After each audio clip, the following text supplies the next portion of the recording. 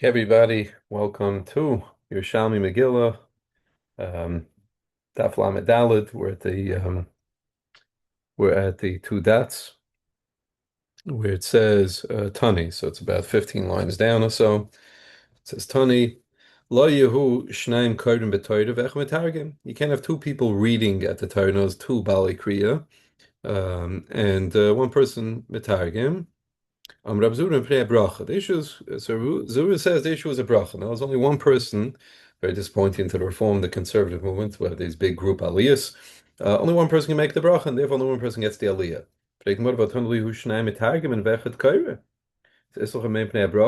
But at the same token, also says they can't have two people being mitargim, translating, and one person being kaira. And so there's only one person making a bracha, so why can't you do that? Elam Mishem Zemar gives a different reason. Shein shnei koilos nichnasen boizen achas. That's the Yerushalmi's way of saying ein shtei koilos mishtami. You can't hear two people talking at the same time. We said the Megillah is an exception to that rule, but in general we say that ein shtei koilos mishtami, therefore people aren't going to hear anything. Tani, we learned shnaim kodim b'toida, ein shnaim kodim b'novi. So it says over here, Shnayim Kohen b'Torah. So you see, two people can be Kohen the Torah.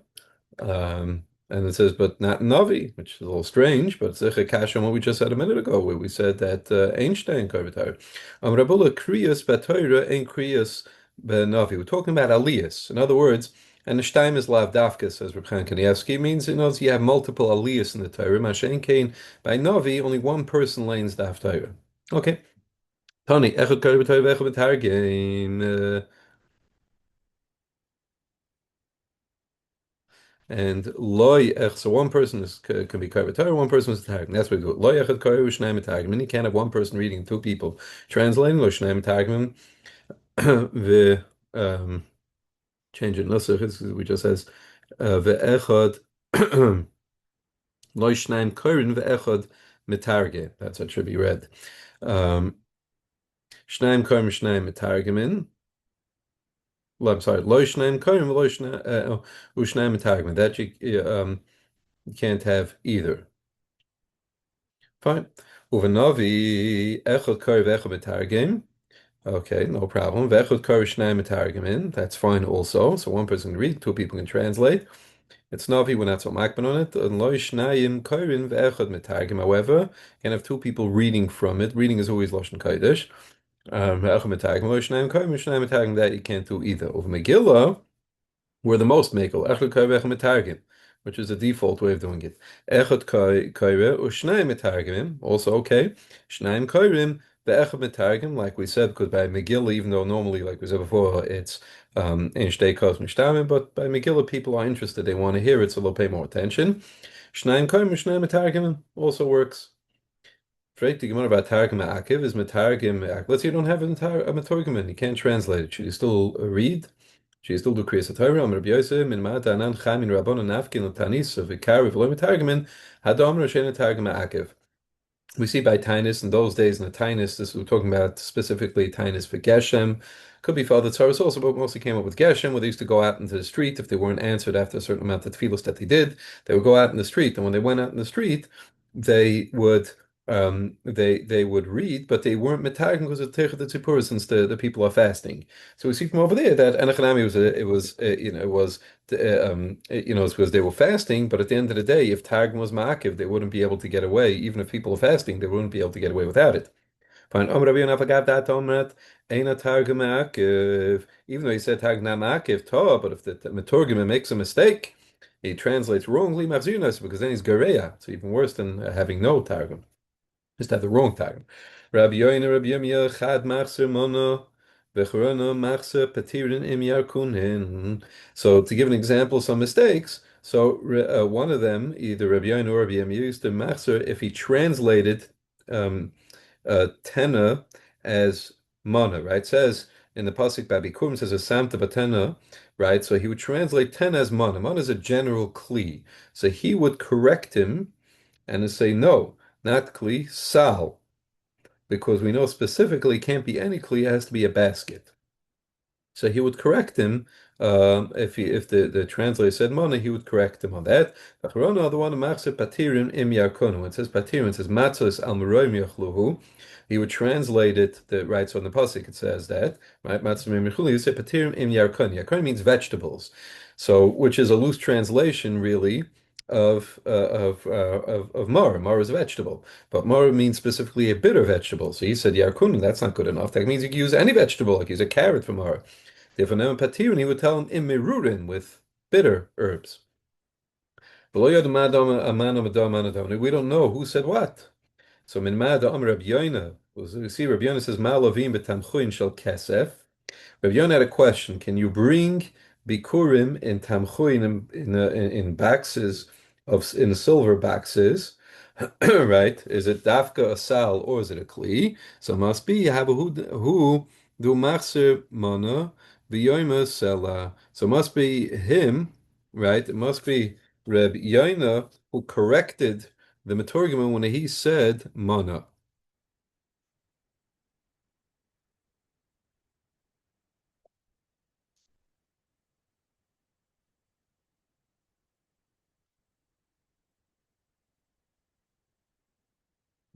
Right, because again, had he allowed, if he wouldn't have a suffix, he would say mana because he could bring it in any kli you want. But since he had a shayah, says, are you even yaitz? If you bring it a different kli, it must be held that the default is a sal, and therefore he's the one who corrected the metorgim if the metorgim used the word mana. Pinchas machzer patimim b'nei Torah. There's a couple of different lashonis over here what the issue is, but what it says in the pasuk parim b'nei bakar. So if he said patimin, which means either stuffed, depending on which pshat you go with, but the point is, and he would say v'yoyma toirim b'nei toirim. So rather use the word tar, which is a much better translation of the word par. Right, so it says parim b'nei bakar. So ben tarin obviously is b'nei bakar, and parim would be rather use the word. He would correct it to use Tyron, which was closer to par. Again, it really doesn't matter what Patima meant, but he felt that it wasn't an accurate translation, and therefore it should be corrected. You could look into Carbonate, the Bnei Moshe, the Chaim Kanievsky, a different shot. Okay. Minay Targum. How do you know you even you Targum anything? Okay, now we had earlier Kanievsky brings down the after the Kaniefes. Okay, but whatever. We bring another pasuk. So Menayim L'Targim. So the Gemara darshans a pasuk. Reb Ziri, Reb Shem, Reb Chananel, Vayikru b'Sefer Torah Solikim. Zeh Mikra. That's Vayikru. Mikra. Mefayrosh explained. Says that Targum. Translation is an explanation. V'soim Seichel. V'yavinu b'miksos of V'soim Seichel is Elu Atamim. Those are the tamim, what we would call the trop. The Yavino b'mikra, they should understand the mikra is a Messiris, right? Understand he knows it's the Messiris, knows you have a Kri and a Ksiv, so that's what we're referring to. Okay, so from here we see the main point is though the Targum here. Okay, v'yesh oimrim elu hachreim, v'yesh oimru elu roshei psukim. Some people say that the Snachten was indicating the Snacht in the pasuk is the Achreim. Again, different pshatim what exactly this means. It could be the end of the pasuk, but then what would be the next? The Rosh Psukim is where the psukim start from. So, maybe if you know where pasuk starts, you know where the previous one ended. Um,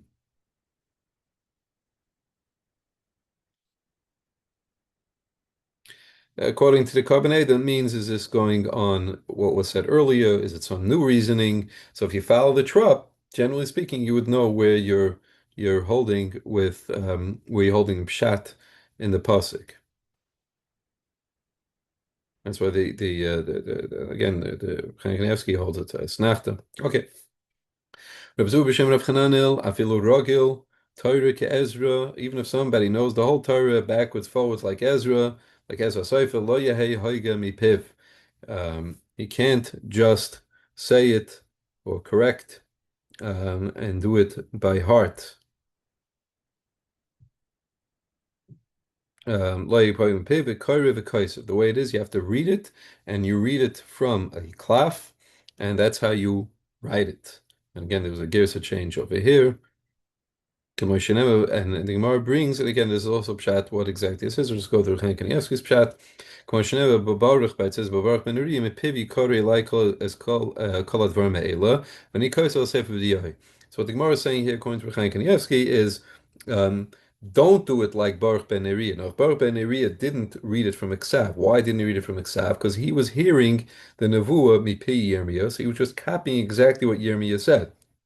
But normally you shouldn't do that. Instead, you should read it from the inside if you're writing a Sefer Torah or correcting a Sefer Torah. He was in Asia. Below Yerushalmi Megillah, Ksuva Ivris. There was no Megillah, didn't have a Megillah written in Lashon Kodesh. Maybe they had some English ones. Mikasva Mipiv, and he wrote about Pevekar and he read it. How can that be? We just said you can't do that. And the Gemara, he said he didn't have one other one there. So what choice did they have? Okay. Some say no. Actually, Stein Kosev, he wrote two Megillas. Kosev is Rishoina mitoich Pev. The first one he wrote about Pev. Kosev is Shnia mitoich Rishoina. Begonas is Rishoina, Vikar Vishnia. And then from the first one that he had made, he copied down a second one, and the second one was one he actually used to read. Again, the reason for this is that the Gemara doesn't say it over here, but the reason that you should read it from a klaf is because there's a kri and a ksiv, there's mole, there's words that are mole, words that are chaser, and you may forget, you may make a mistake. Rabbi Shmuel, Rabbi Yossi, Kol Karim Pimi. I can write the whole Torah Baal Peh. Reb Chia Rabba Oma Yochel Kosu Kol Karya betraying money. I can with a few pennies, 2 pennies. I can write the Torah. We have a similar Gemara to this in the Bavli that the Torah, I forget who it is, it said Torah is not going to be mishtakich Misrael because I'll go and I'll catch a deer. This is a very similar Gemara. Hey Chavida, how can you write it for 2 pennies? So the Gemara says, Zavim betrain money, zera, the keaton. I'm going to go buy flax seeds for a couple of pennies worth of flax seeds. For zarle, I plant it, and then I'll harvest it. Vavet chavolim, I'm going to turn the flax seeds into rope. The toughest tabim. Now I'm going to use the rope as a trap for deers. Tabi is a deer. Because of kolkari, and then I'm going to write the Torah on the klaf, on their hides, which would be the klaf. Shama Rebbe Vama Ashrei Hador Sha'atem B'Soichai. This is a wonderful door that you're living, that you have such gedolim. Um, we'll leave it at that. In other words, are you willing to go to the? You're taking Torah and you're starting it literally from the core elements of the earth. You're starting from there, as opposed to saying, "Well, just say I'll buy a couple of papers for a few pennies and I'll write it down." And so, because you want to have it from the get-go, you want from the very foundation, you're bringing up Torah. And then the Gemara it's similar in the Bavli. Okay, Kate said, so what bracha do you make in the Megillah? Says Achoy Tavcha, that's the name of a person, Shem Rabbi Yochanan, said Rabbi Yochanan, Rabbis Rivecha, Vanoikas Nikvasecha, Gayalecha, Vamoshiacha, Mikafa Ritzecha. Okay, we have a similar kind of bracha, not exactly like this. So Akadon B'Sayfa, right? That's after the Megillah. What about Betchila before? Harei Hikachol Shah Mitzvah says Shal Torah. Like any other mitzvah, Ma'av Shakol Mitzvah Tunas Bracha, Avzu Tuna Bracha, not Shek Shon says it's or whatever. So the same thing by Megillah. Fine. Kasu b'Torah Bracha lefoneho vein Kasu b'Bracha lechareha. By the Torah, it's written that you make a bracha before. Maksib b'lefoneho. Where do I see this from? They have to make a bracha before you learn the Torah. It says Kishem Hashem Ekra first, and then Havagodol Elokeinu. Okay, so that Kishem Hashem Ekra first. So I see it's lefaneh. Because of b'mazayin by food, it says bracha la'achrav, right? Berachas hamazon ain't kasav bracha lefanov. Ma kasav, but doesn't say anything about making food before making a bracha before you eat. Ma kasav la'achrav, what does it say afterwards? It says v'chaltus v'atavirachta, right? First you eat, you say shit, then you make a bracha. So now, obviously today we know that we make by Kriyas HaTorah, you make a bracha before and afterwards, and by eating you make a bracha before and afterwards. So minayin witness you know to apply let's say by the bracha for Torah that you're making before applied also by learning that you make a bracha before. So and afterwards you apply for both from Birchas Hamazon to eating. So Shmuel, I'm sorry, to learning. Rav Shmuel bar Nachman Shem Rabbi Yonason Shem l'gzeira shava. Shem l'gzeira shava. Ma Shem shneim b'Torah baruch lefonek. Shem ekra. Av Shem shneim b'mazayin. Right, it says v'chal tzvot v'rachtes Hashem. So Shenem Mazin bracha lefanav. Ma Hashem shenem Mazin bracha laachrov. Like I just said, v'chal tzvot v'rachtes Hashem. Av Shem shenem b'Torah bracha laachrov too. Okay, I could think Rabbi Kiva is limud Rabbi Kiva. Grover like Rabbi Shmuel. He has a different limud. Starting Gemara says Rabbi Yochanan Shem Rabbi Shmuel kavachayim. Rabbi Shmuel dashes a kavachayim. Ma imazin shein tom bracha lefanav tom laachrov. Ma doch mazin, which does not require a right minat Torah. There's no bracha you make before eating, but yet it requires bracha afterwards. Torah tuna bracha lefanel. Torah which requires bracha before, and it didn't shtehei tuna bracha lachres. Certainly you should make a bracha afterwards. Akadoin Torah. What about mazim? What about eating? Ma, and again, remember, just by mazim doesn't say anything about a bracha before you eat. So ma'am Torah she'ena tuna bracha lachareh. Tuna lefaneh ha mazim she who ton lacharav requires bracha afterwards, and didn't she ton lefanav? So you have to make a bracha before you eat as well. Rabbi Yitzchak ben Nosson, they're differently motivated. Yitzchak ki hu yivorech hazevach achri ken yochla kruim. Right? It says in the pasuk by Shmuel, it says ki hu yivorech hazevach. So he makes the bracha first, and then people eat. Then the invitees eat. Rabbi Nosson says havatas Hashem lekechem veirech es lachmecha es meimecha. Now it says "Overech es lachmecha." Emasehu kori lachmecha ad shaloi chaltoi is when you make a bracha. Now it's already called lachmecha. How's it yours? You didn't eat it yet. You didn't ingest it. It's yours when you make a bracha. Now this is the famous limud that until you make a bracha belongs to Hashem. After you make a bracha belongs to you. Rabbi Yoimem man b'shosha ochel v'sava. Rabbi says a different limud. Madach when you ate and you already satiated at amat tzarich levarich you have to make a bracha. B'shoshu toivlech the guy is starving he wants to eat. Like kolshkein zichur should make a bracha. Okay, ad kadain mazin. What about Torah? We know Torah requires a bracha both before and afterwards. Ma mazin shein el chayshah. Tam bracha lefon v'lachar. We like we just saw. Mazin requires a bracha both before and afterwards. And that's only eating chayshah. That's for today. People don't eat when they're dead. Torah shechaya the ad. Torah, which is goes on forever. Like kolshkein zichur, you should have to make a bracha before and afterwards.